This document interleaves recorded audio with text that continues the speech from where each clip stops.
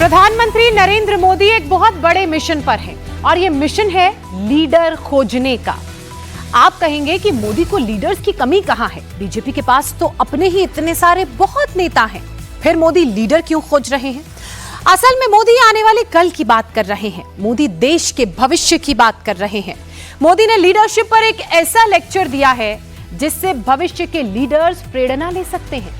कोई भी व्यक्ति अगर लीडर बनना चाहता है, चाहे वो किसी भी क्षेत्र में क्यों ना हो, उसे प्रधानमंत्री नरेंद्र मोदी का लीडरशिप पर दिया गया ये लेक्चर जरूर सुनना चाहिए।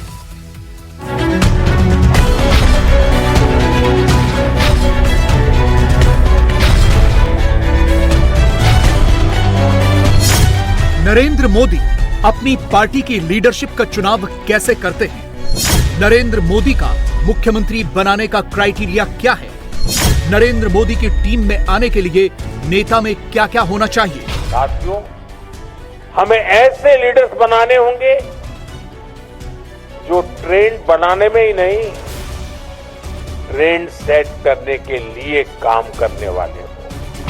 ऐसी लीडरशिप जरूरी है जो हर एस्पेक्ट में वैसी हो जो भारत के नेशनल विजन को रिफ्लेक्ट करें, उसके हिसाब से कंडक्ट करें। देश में 14 राज्यों में इस वक्त बीजेपी के मुख्यमंत्री हैं। जरा एक नजर बीजेपी के मुख्यमंत्रियों की उम्र पर डाल लीजिए। अरुणाचल प्रदेश के मुख्यमंत्री पेमा खांडू 37 साल की उम्र में सीएम बने, अभी 45 के हैं। इसी तरह से योगी आदित्यनाथ 45 की उम्र में मुख्यमंत्री बने, अभी 52 वर्ष के हैं। पुष्कर सिंह धामी 46 साल की उम्र में उत्तराखंड के मुख्यमंत्री बने, अभी 49 के हैं। गोवा के सीएम प्रमोद सावंत 46 साल की उम्र में मुख्यमंत्री बने, अभी 51 वर्ष के हैं। दिल्ली की मुख्यमंत्री रेखा गुप्ता सिर्फ 50 साल की हैं। ओडिशा के मुख्यमंत्री मोहन चरण मांझी सिर्फ 53 साल के हैं। असम के सीएम हिमंता बिस्वा शर्मा 53 की उम्र में सीएम बने, अभी 56 के हैं। देवेंद्र फडणवीस 44 साल में महाराष्ट्र के सीएम बन गए थे, अभी 54 के हैं। हरियाणा के मुख्यमंत्री नायब सिंह सैनी 55 साल के हैं। राजस्थान के मुख्यमंत्री भजनलाल शर्मा 57 साल के थे तो सीएम बने थे, अभी 58 के हैं। मध्य प्रदेश वाले मोहन यादव 58 की उम्र में सीएम बने, अभी 59 के हैं।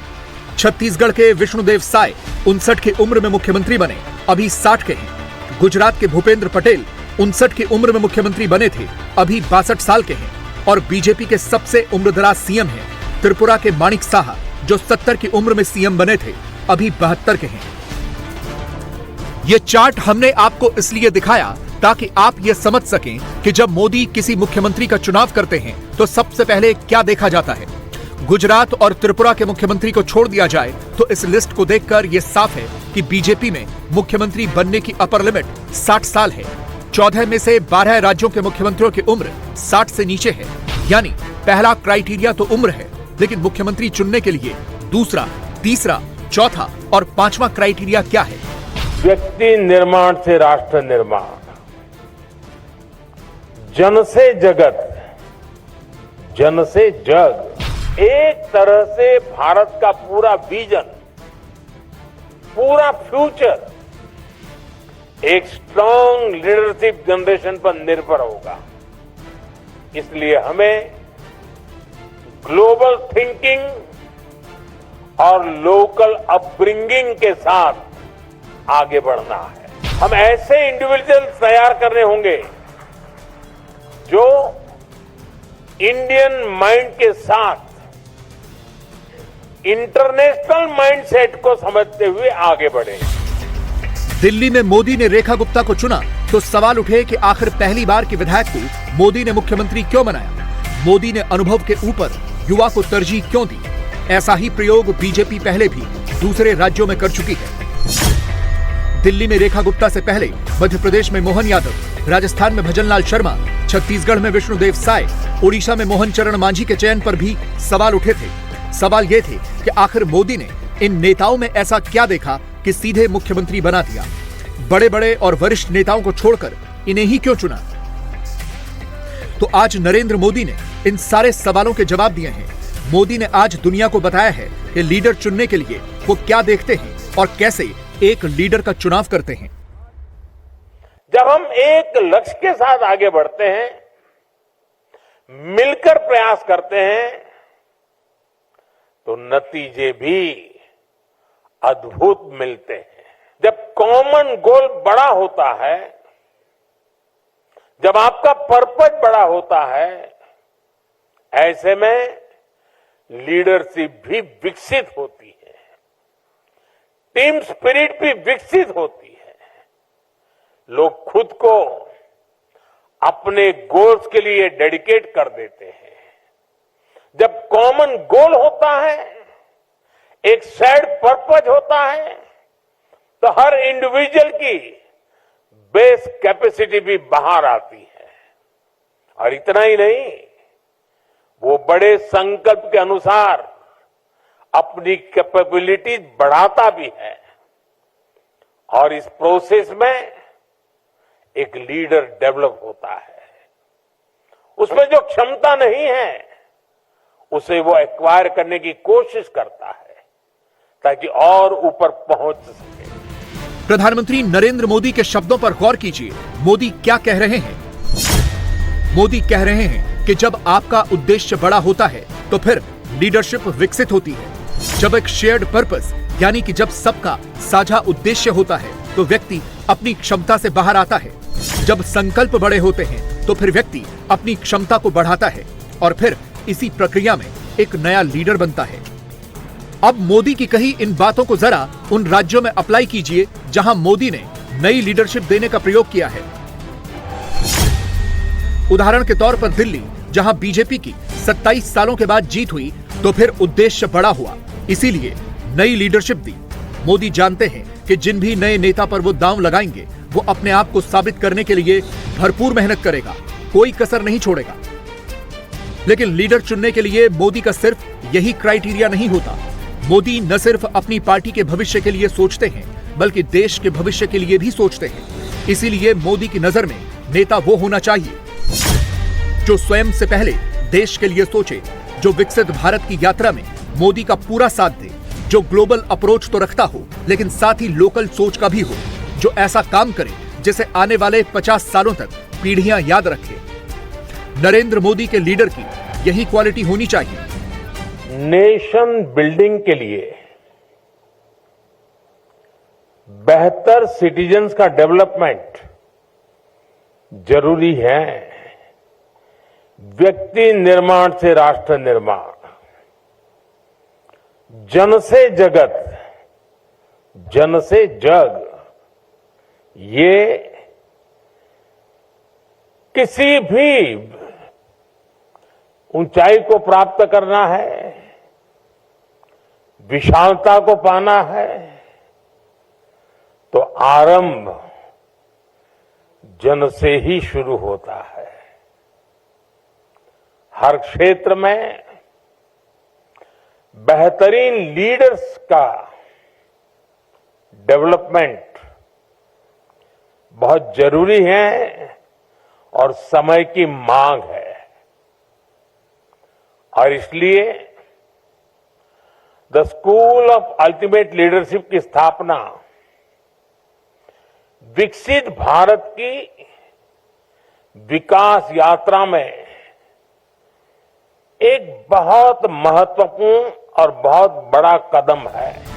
मोदी की इस स्पीच से आज ये भी झलक मिली है कि कहीं मोदी अपना उत्तराधिकारी तो नहीं खोज रहे हैं। मोदी को अगर अपना उत्तराधिकारी बनाना हो तो उसके अंदर कौन सी खूबियां तलाशेंगे? देश की चुनौतियां तो हैं ही, लेकिन आने वाले समय में जो भी भारत का प्रधानमंत्री बनेगा उसे ग्लोबल चुनौतियों से भी निपटना होगा, वो भी एक ऐसे दौर में जब भारत ग्लोबल लीडर के तौर पर अपनी एक नई पहचान बना रहा है। जरा इस वक्त की ग्लोबल परिस्थितियों पर नजर डालिए। दुनिया में रूस यूक्रेन का युद्ध चल ही रहा है। अमेरिका भारत जैसे विकासशील इकोनॉमी पर एक्स्ट्रा टैरिफ लगाने की बातें कर रहा है। आगे बढ़ता हुआ चीन लगातार भारत को चुनौती पेश कर रहा है और डिप्लोमेटिकली भारत की कनाडा से भी दिक्कत चल रही है। इसीलिए मोदी को अपने उत्तराधिकारी के तौर पर एक ऐसा नेता चाहिए जो ग्लोबली इन सारी समस्याओं का समाधान कर सके, लेकिन भारत के हितों को ऊपर रखते हुए, जो भारत के हितों से बिल्कुल भी समझौता नहीं करे। आज भारत एक ग्लोबल पावर हाउस के रूप में इमर्ज हो रहा है। ये मोमेंटम, ये स्पीड और तेज हो, हर क्षेत्र में हो, इसके लिए हमें वर्ल्ड क्लास लीडर्स की, इंटरनेशनल लीडरशिप की जरूरत है। आज भारत को हर सेक्टर में एनर्जेटिक लीडर्स की भी जरूरत है, जो ग्लोबल कॉम्प्लेक्सिटीज का, ग्लोबल नीड्स का सॉल्यूशन ढूंढ पाए, जो प्रॉब्लम्स को सॉल्व करते समय देश के इंटरेस्ट को ग्लोबल स्टेज पर सबसे आगे रखें, जिनके अप्रोच ग्लोबल हो, लेकिन सोच का एक महत्वपूर्ण हिस्सा लोकल भी हो। हम ऐसे इंडिविजुअल्स तैयार करने होंगे जो इंडियन माइंड के साथ इंटरनेशनल माइंडसेट को समझते हुए आगे बढ़े। मोदी की कही बातों को एक और उदाहरण से समझिए। 3 साल पहले जब रूस और यूक्रेन का युद्ध शुरू हुआ तो रूस पर प्रतिबंध लगाने की बात हुई, लेकिन भारत ने रूस से सस्ता तेल खरीदा और खूब खरीदा। भारत पर आरोप लगे कि वो रूस से तेल खरीदकर यूक्रेन के खिलाफ रूस की मदद कर रहा है, लेकिन नरेंद्र मोदी ने यह साफ कर दिया था कि वेस्टर्न पावर्स चाहे जो कहें, भारत अपने लोगों की भलाई देखेगा। भारत जैसे विकासशील देश को अगर अपने लोगों के लिए सस्ता तेल मिलेगा तो हम खरीदेंगे। नरेंद्र मोदी भविष्य के नेता ऐसा ही चाहते हैं। मोदी के लिए चुनौतियां सिर्फ इंटरनेशनल लेवल पर ही नहीं हैं, बल्कि नेशनल लेवल पर भी हैं। वैसे तो मोदी के सामने ऑपोजिशन कमजोर है, लेकिन फिर भी एक होकर यही विपक्ष ऐसा भ्रमजाल फैला सकता है जिससे न सिर्फ राजनीतिक नुकसान होता है, बल्कि देश का भी नुकसान हो सकता है। जैसे 2024 के लोकसभा चुनाव से पहले विपक्ष ने संविधान खतरे में है वाला नैरेटिव दिया तो बीजेपी बहुमत से नीचे आ गई। लेकिन कई बार यह डिसरप्टिव यानी कि विध्वंसकारी राजनीति देश का भी नुकसान करती है। जैसे भारत ने पाकिस्तान के खिलाफ सर्जिकल स्ट्राइक की तो इस देश के बहुत से नेताओं ने सबूत मांग लिए। मोदी ने कश्मीर से आर्टिकल 370 हटाया तो देश के कई नेता उसकी मुखालफत में उतर आए। राहुल गांधी तो आए दिन चीन की ऐसी तारीफ कर देते हैं कि कई बार देश की अखंडता खतरे में आ जाती है। राहुल गांधी इंडियन स्टेट के खिलाफ लड़ने की भी बात कह चुके हैं। इसीलिए मोदी के नए उत्तराधिकारी को ऐसी विध्वंसकारी ताकतों से भी लड़ना होगा। तभी तो मोदी अपने भविष्य के लीडर्स में ऐसी क्वालिटी चाहते हैं। आने वाले समय में इस संस्थान से ऐसे लीडर्स निकलेंगे जो डिसरप्टिव चेंजेस के बीच काम करने को तैयार होंगे। साथियों, हमें ऐसे लीडर्स बनाने होंगे जो ट्रेंड बनाने में ही नहीं, ट्रेंड सेट करने के लिए काम करने वाले हो।